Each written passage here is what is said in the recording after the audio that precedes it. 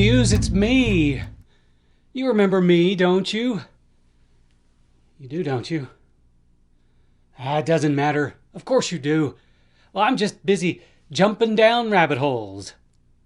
That's right. That's exactly what I did this week. I jumped down a few rabbit holes, and boy, what a week it's been. It's been really crazy. Busy and crazy. But about these rabbit holes I'm talking about, there's actually one in particular I want to mention in our little conversation today, and it's one that really just exhausted me this week. So, how I got into this particular rabbit hole is really of no significance, but I'll tell you anyway. So, I'm an aquarist, an ichthyologist. I'm not really an ichthyologist because I didn't actually go to school to study fish, but I've had fish tanks since I was a child. My grandmother got me into them, and ever since then I've had them.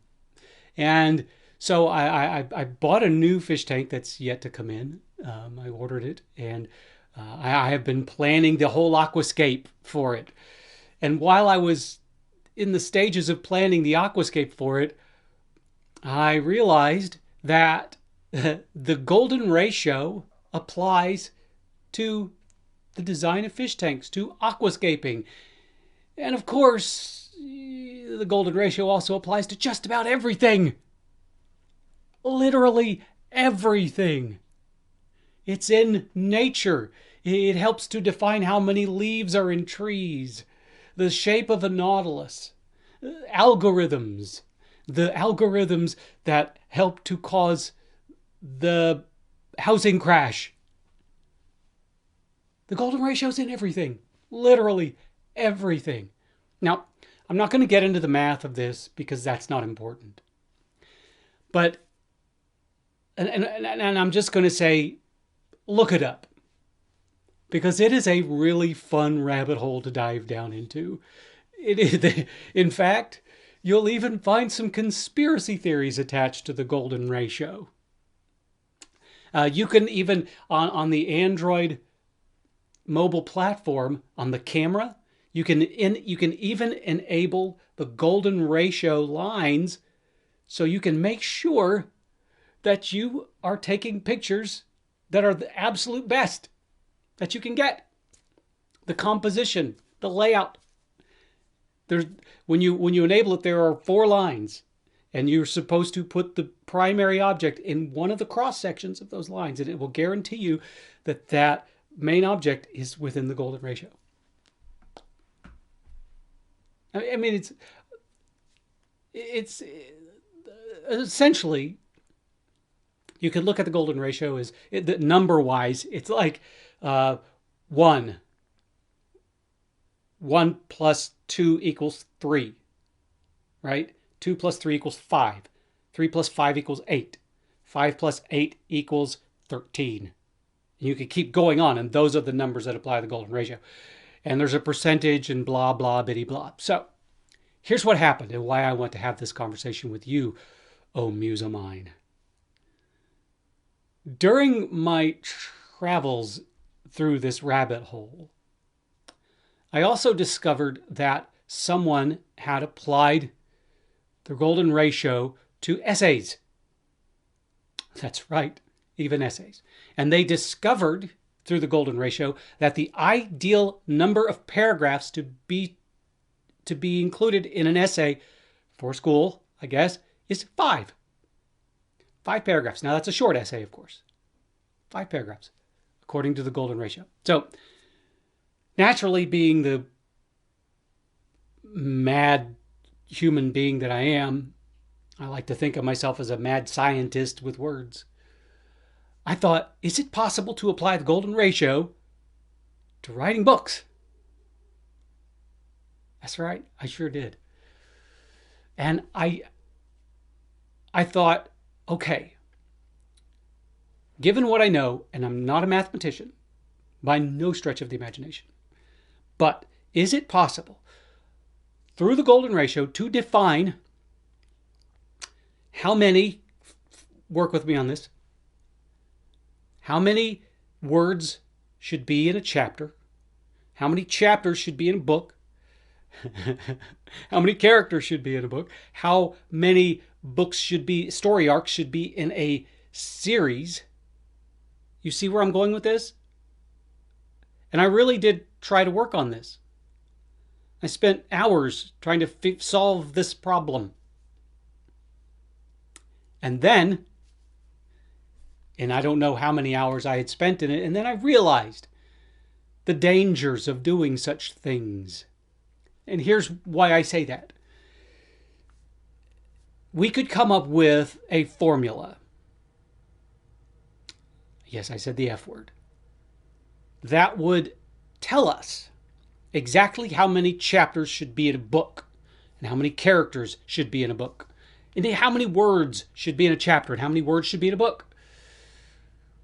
We can define that with the golden ratio if we have the mathematical skills, which I don't really. I thought I did, but it gets really, really complicated when things start scaling out. But let's just say that we can do that. The big question is then, do we want to do that?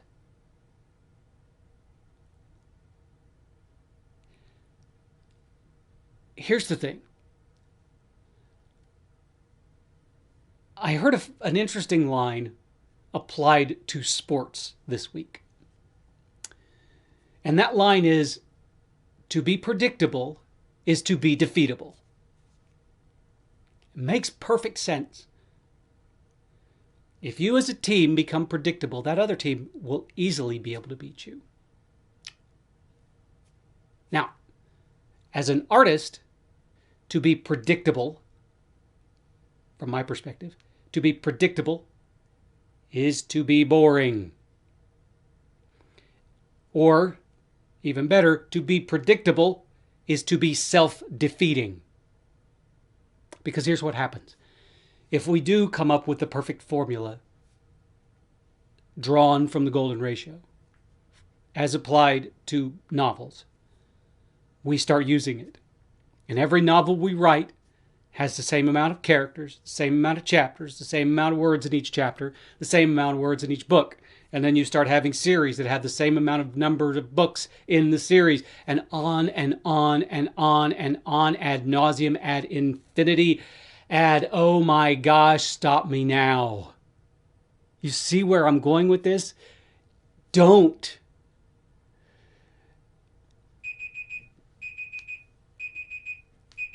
Oh my God.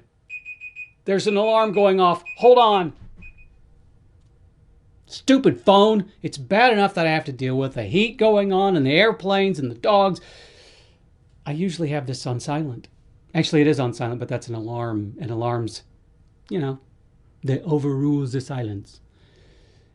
Anyway, what was I saying? Muse. I was talking about the golden ratio and why you should not do it. Because repetition. We are not in a Meisner class.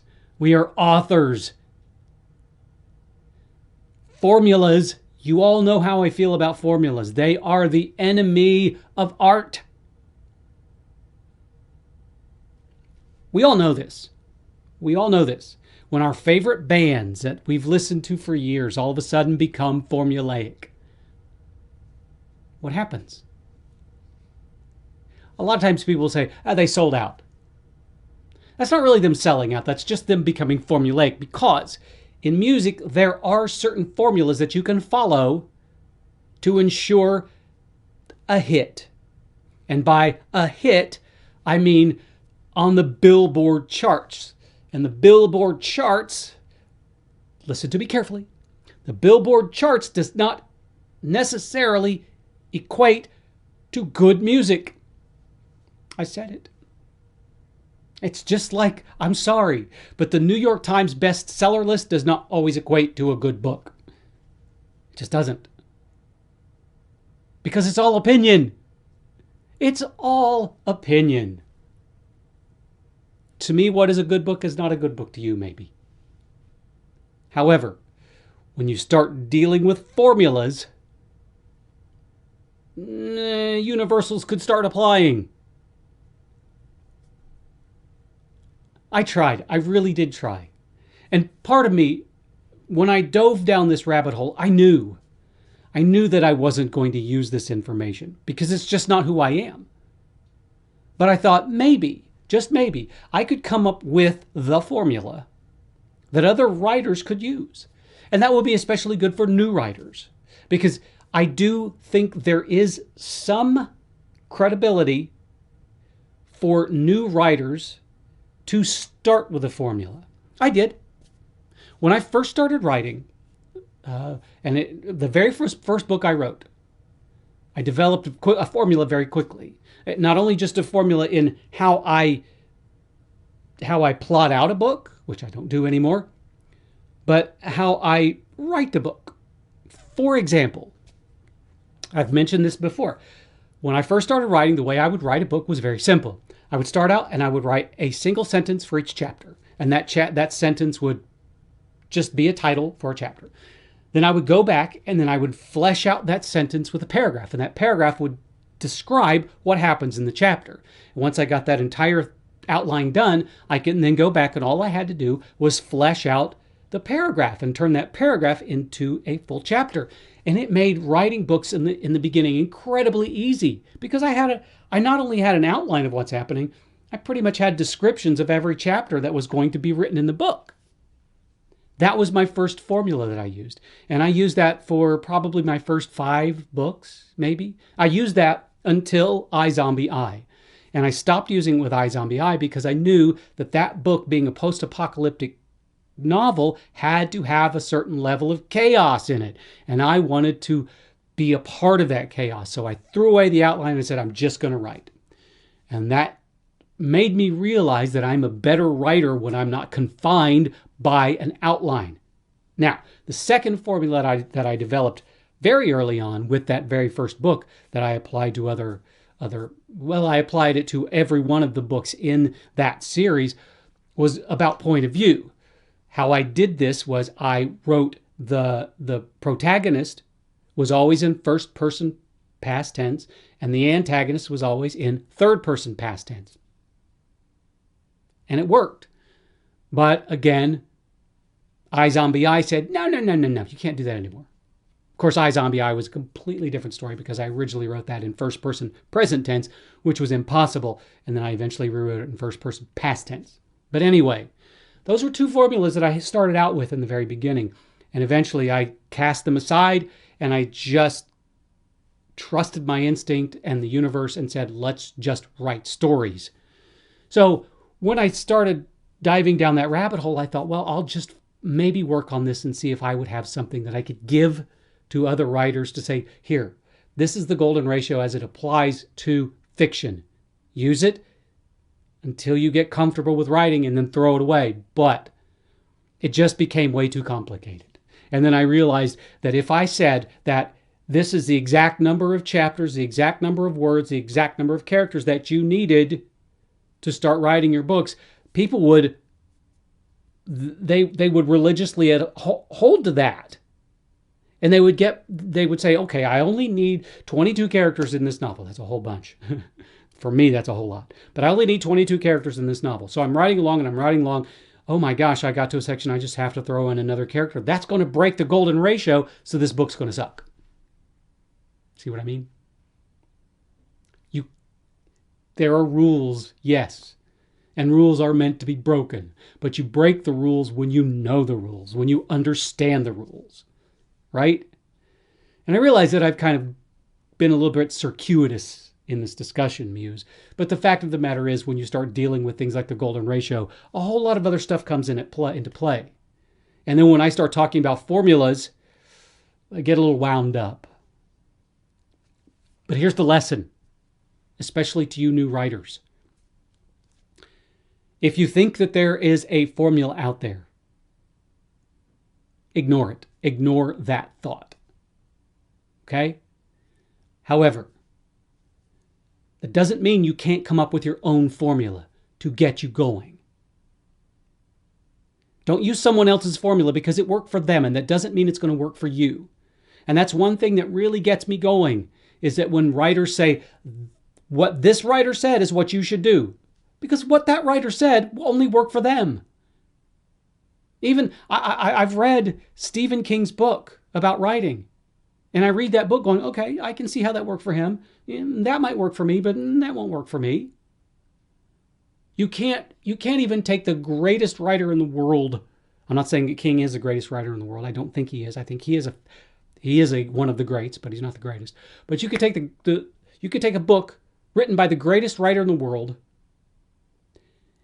on writing, and if you try to force the application of those words into your work, you're going to fail. Because that was his or her process. You've got to develop your own. And sometimes, yes, that might start with you developing your own formula for writing a book. But please, eventually cast that formula aside so you can be more creative. So you can follow your gut and the universe and instinct. Because when you do that, the whole world opens up. And you will have happy accidents that will take your book on different journeys that you didn't think about when you were plotting it out. Why? Because you didn't have the book unfolding as you go. And that's okay to outline. Perfectly okay to outline and plot. But just make sure that when you do, and when you start writing that book, that you allow yourself to get off track a little bit, just in case. Because you might find some absolute gold in that path less taken. So, no, we're not going to actually apply the golden ratio to books. So forget I even mentioned it. Don't jump down that rabbit hole yourself, because it will only lead to madness. Anyway, thank you for listening, Muse. I'm glad I could entertain you for a little bit, and I'm sorry about the interruption. It won't ever happen again. I shouldn't say that. Never say never. Man, I'm rambling. And now I'm tired. Tired of listening to myself, and I'm sure you're tired of listening to me. Muse, and anybody else out there, just know this. You, my friend, are awesome.